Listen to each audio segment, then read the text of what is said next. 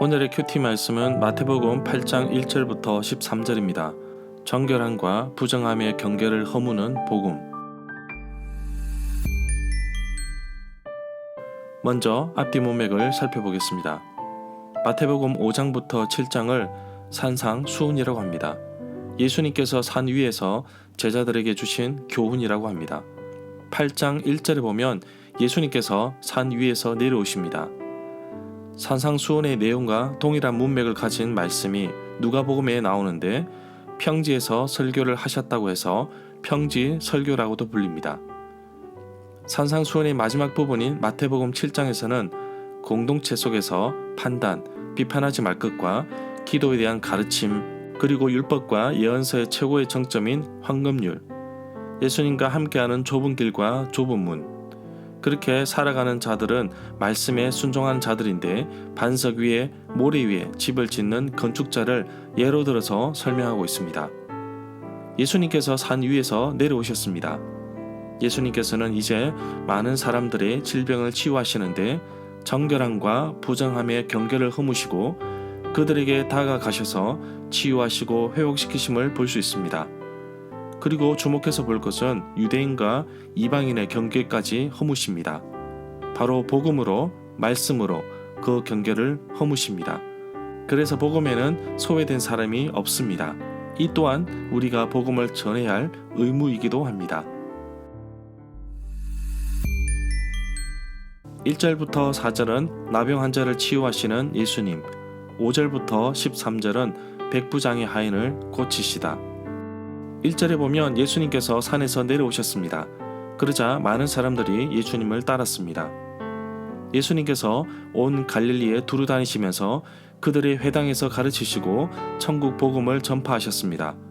그리고 백성 중에 병든 자들을 고치셨는데 이미 갈릴리와 데가볼리와 예루살렘과 유대와 요단강 건너편에서 수많은 무리가 따랐다고 기록하고 있습니다. 2절에 보면 어떤 나병 환자가 예수님께 다가와서 예수님께 주님이 원하시면 자기를 낫게 할 수 있다고 말하였습니다. 나병은 문둥병을 말합니다. 한센병이라고도 하는데 일종의 악성 피부병이라고 볼 수 있습니다. 나병 환자의 치유는 마태복음 8장 2절부터 4절, 마가복음 1장 40절부터 44절, 누가복음 5장 12절부터 14절에도 나옵니다. 나병은 성막이나 성전에서 예배를 드릴 수 없는 부정한 사람으로 분류가 됩니다. 어떻게 보면 나병 환자의 고백 속에 예배를 드릴 수 있는 정결한 사람이 되고자 하는 열망도 포함되어 있다고 볼 수 있습니다. 3절에 보면 예수님께서 손을 내밀어 나병 환자에게 대시면서 병을 고쳐주시기를 원한다고 말씀하시면서 깨끗하게 되어라고 말씀하셨습니다. 그러자 바로 그 사람의 나병이 나았습니다. 마태복음에서는 예수님의 권능과 치유의 사역을 8장과 9장에서 기록하고 있습니다. 예수님은 나병 환자를 직접 손으로 대셨습니다. 접촉한 사람도 부정할 수 있기 때문에 사람들은 피합니다. 그럼에도 불구하고 예수님은 피하지 않고 그 사람의 목소리를 듣고 다가가시면서 만지시며 치유하셨습니다. 4절에 보면 예수님께서 나병 환자를 고쳐주셨습니다. 그러나 최종 회복의 선언은 당시 제사장에게 있었습니다. 제사장 역시 유관 관찰을 통해 판단할 뿐입니다. 그리고 회복이 선언되면 모세가 명하였던 예물을 드리고 공동체 속으로 다시 돌아오게 됩니다. 5절에 보면 예수님께서 가버나움이라는 마을에 들어가셨습니다. 그때에 백부장 한 사람이 예수님께 와서 도움을 청하였습니다. 백부장은 100명의 군사를 거느리는 지휘관입니다. 가버나움은 누가복음 3장 1절에 나오는 헤롯의 동생 빌립이 통치하였던 지역의 경계선쯤 있었던 곳으로 보입니다.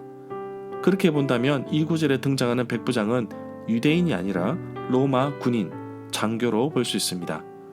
6절부터 7절에 보면 백부장은 자신의 하인이 중풍병으로 집에 누워 매우 고통받았다고 기록하고 있습니다. 예수님은 직접 집으로 가서 고쳐주겠다고 말씀하셨습니다. 7절을 의문문으로 번역할 수 있다고 합니다. 그렇게 되면 꼭 내가 가서 그를 낫게 해야 한다는 말이냐 라는 의문문으로 번역할 수 있는데, 당연히 유대인이 이방인의 집에 들어가는 것이 금지되어 있다는 것을 암시하고 있습니다. 유대인이 이방인의 집에 들어가면 부정하게 됩니다. 8절에 보면 백부장은 예수님을 자기 집에 모실 자격이 없으니 그저 말씀만 해주시면 하인이 나을 것이라고 말씀하고 있습니다. 8절부터 9절에서 백부장 자신이 있는 지위의 모습을 예수님께 적용하여 예수님께서도 하나님으로부터 부여받은 정권을 알고 그것을 높이 평가하고 있습니다. 이 평가에 대한 결과물이 백부장의 믿음 10절로 이어지고 있습니다. 13절에 보면 예수님께서 백부장에게 가거라, 내가 믿는 대로 내게 이루어질 것이라고 말씀하시자 백부장의 하인이 그 순간 치료되었습니다. 예수님은 백부장에게 내 믿은 대로 라고 말씀하셨습니다. 이러한 표현은 맹인들에게도 사용되었습니다. 너희 믿음대로, 혈루증 여인에게도 내 믿음이 너를 구원하였다고 말씀하고 있습니다. 절마다 상세한 설명과 구절 해석, 그리고 핵심 내용과 중심 줄거리는 네이버 블로그에 올려져 있습니다. 내게 주시는 교훈입니다. 예수님은 소외된 분들을 찾아오실 때 배척하거나 무관심하지 않으십니다. 예수님이니까 그렇겠지요 라고 할 수 있으나 그리스도인이라면 누구나 예수님처럼 살아야 하지 않을까요? 나는 치유의 능력은 없으나 그들을 따뜻하게 사랑할 힘은 가지고 있습니다. 소외된 분들, 무관심 속에 살아가는 분들, 우리 사회에 복지 사각지대에 놓여 있는 분들이 많습니다. 어떻게 도울지 기도가 모아집니다. 어떤 교회에서는 설맞이 행사로 주위에 있는 복지센터 그리고 관내에 있는 분들에게 작은 선물을 전달해 드렸습니다. 작은 선물과 따뜻한 복음과 함께 전달되어지기를 바라고 원하고 있습니다. 부교육자로 사역할 때 일입니다. 매 주일마다 예배 시간 중에 노숙자 한 분이 예배실로 들어옵니다. 씻지 않아서 옷도 누추하고 정말 더럽고 혐오스러워서 많은 사람들이 꺼리지만 저는 작지만 매번마다 간식비로 3,000원을 드렸습니다. 감사하다며 돌아서는 그분의 모습을 보았습니다. 교회는 자신의 어려움을 알고 도와주는 것으로 알게 된다면 이것이 곧 사랑이며 복음이 아닌가 생각하게 됩니다. 물론 그 사람이 깨닫지 못할 수도 있습니다. 저는 그것을 바라는 것이 아니라 제가 그런 일을 할 수 있다는 것이 너무나 행복했습니다. 단순히 3,000원을 넘어서 예수 그리스도의 따뜻한 사랑도 함께 느껴졌으면 좋겠습니다. 백부장은 이방인이었지만 예수님의 사랑을 듬뿍 받은 사람이었습니다.